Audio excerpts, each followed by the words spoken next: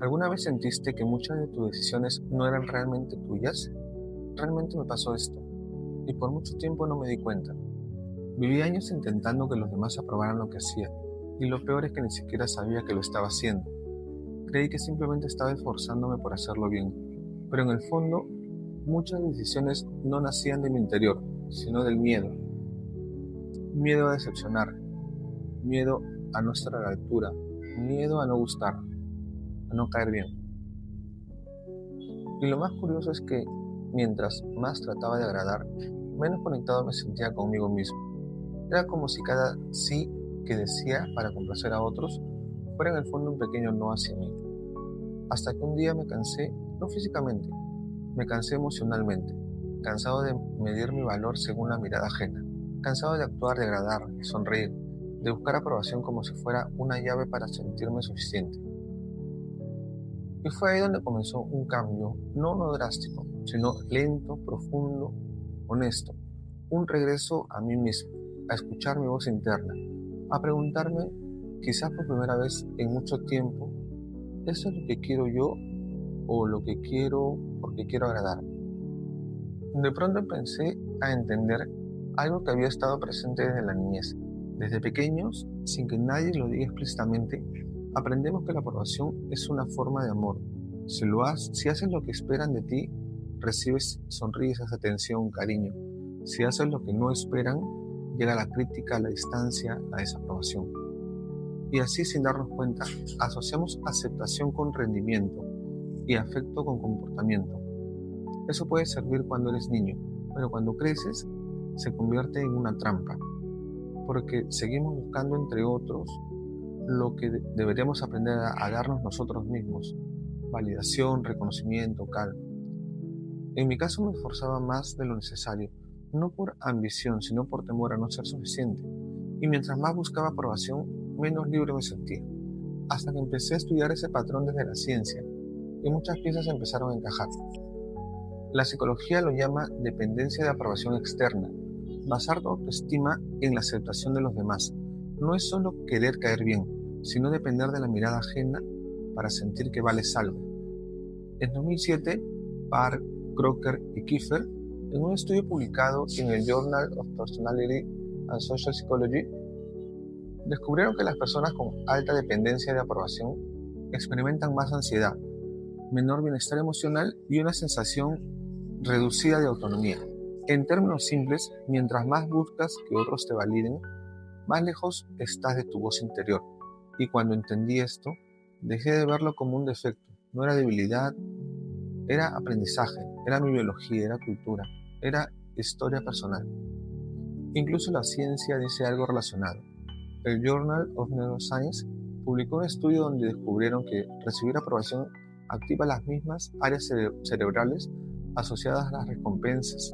Es decir, cuando alguien te valida, tu cerebro libera dopamina. Te sientes bien, pero por poco tiempo, y pronto quieres más. Es una gratificación rápida, placentera, pero vacía, y como todo estímulo basado en la dopamina, se vuelve un ciclo que te consume cuando decides quién eres, en función de quién te aplaude. Y entender esto, desde la ciencia, me libró de la culpa, porque ya no era algo malo en mí, era un patrón, un hábito, un circuito neuronal, y lo aprendido también puede desaprenderse. Y en ese proceso fue cuando llegué a mis manos un libro que terminó de ponerle palabras a todo lo que yo sentía. Atrévete a no gustar, de Ichiro Kishimi y Fumitake Koga. Este libro me despertó, literalmente, me confrontó. Habla del psicólogo Alfred Adler, quien decía algo tan simple como poderoso: todos los problemas humanos son problemas de relaciones. Y tenía razón, la necesidad de aprobación es en el fondo una forma de miedo de perder la conexión con los demás. Pero el libro propone algo valiente, que la verdadera libertad no es gustar, sino aceptar no gustar, que la paz no llega cuando todos te entienden, sino cuando dejas de necesitar que lo hagan. Y una de las enseñanzas más fuertes para mí fue una idea de la separación de tareas. Adler decía que muchas veces sufrimos porque cargamos con responsabilidades que no son nuestras, con lo que otros piensan de mí, cómo reaccionan, cómo me interpretan, cómo me juzgan. Y entonces viene la frase que a mí realmente me cambió: tu tarea es hacer lo que crees correcto. La reacción de los demás pertenece a ellos, no a ti. Esa frase me dio libertad, porque entendí que mi tarea es actuar desde mi coherencia, no controlar cómo me perciben los demás, no controlar opiniones que al final nunca estuvieron bajo mi control. Y en ese pequeño espacio entre lo que hago y cómo me ven, empezó mi libertad. Fue entonces cuando recordé una historia que escuché hace años, pero solo ahora puedo entender desde otro lugar. La historia del regalo del insulto. Más o menos así. Hace muchos siglos, en una pequeña aldea, vivía un sabio maestro conocido por su serenidad. Un día, un hombre lleno de rabia se acercó a insultarlo. Lo llamó falso, hipócrita, mentiroso. Los discípulos quisieron echarlo, pero el maestro lo escuchó en silencio. Cuando el hombre terminó sus insultos, el sabio le dijo: Hijo mío, si alguien te ofrece un regalo y tú no lo aceptas, ¿a quién pertenece el regalo? El hombre desconcertado le respondió: a quien intenta entregarlo. El maestro asintió y dijo: así ocurre con el odio, las ofensas y los juicios.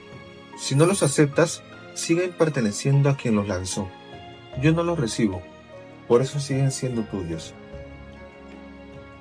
Esa historia me acompañó durante semanas y entendí que también aplica a la aprobación y a la crítica. Cada opinión que alguien te lanza es un regalo que puedes aceptar o no, y cuando no lo aceptas, recuperas tu poder, porque ya no reaccionas desde el ego, sino desde la paz. A partir de ahí, mi relación con la aprobación empezó a cambiar. El primer paso fue observarme, notar cuando decía sí para no decepcionar y cuando callaba por miedo a generar conflicto. Y un día decidí intentar algo simple. Antes de responder, me preguntaba: ¿esto me hace bien a mí? Y esa pregunta cambió todo. Cada vez que actuaba desde la coherencia, sentía paz, incluso si decepcionaba a alguien. Pero cuando actuaba desde el miedo, ganaba aprobación y perdía tranquilidad. Aprendí que el respeto propio no llega cuando todos te entienden, sino cuando tú te escuchas a ti mismo, incluso si los demás no lo hacen. Y lo más interesante es lo que dice la ciencia. Cuando tus acciones están alineadas con tus valores internos, se activa un tipo de motivación profunda, estable, genuina, la motivación intrínseca, la que no necesita aplausos para sostenerte. Y eso explica por qué cuando haces algo solo para agradar, sientes que algo de ti se apaga. Pero cuando haces algo que te representa, incluso si no te gusta, sientes una calma que no tiene precio. Hoy entiendo que la aprobación te ata, pero la conexión te libera. La validación externa puede ser un regalo, pero nunca un requisito. Y la gente no tiene que entender tu camino para respetarlo. Y tú no tienes que justificar tu forma de vivir para tener paz. Si estás viendo esto y estás cansado de buscar aprobación, quiero decirte algo importante. No hay nada roto en ti. No tienes que gustar para merecer. No tienes que demostrar valor para tenerlo. La libertad no empieza con grandes gestos, empieza con decisiones pequeñas. Una decisión que nazca de ti, una sola, aunque sea simple. Como dijo Carl Rogers, cuando me acepto tal como soy, entonces puedo cambiar. Y creo que de eso trata todo este proceso, de dejar buscar aprobación para encontrar con autenticidad, sin máscaras, sin permisos, recordando que incluso con tus miedos y tus dudas ya eres suficiente.